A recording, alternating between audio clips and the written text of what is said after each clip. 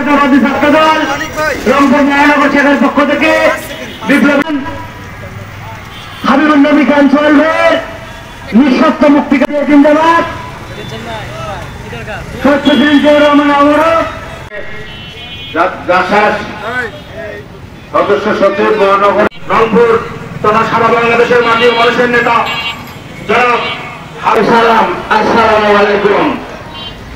আজকে আমরা 6% 10% ভোট যা সাধারণ জনগণ যে ভোটে অংশগ্রহণ করেনি, 6% 10% ভোট যা সাধারণ জনগণ যে ভোটে অংশগ্রহণ করেনি। আমার রাজনৈতিক গুরু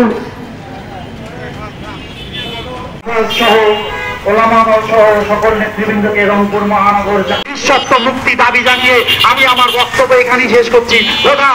বাংলাদেশ ভাইর আমার এই পর্যায়ে বক্তব্য রাখা ইমরান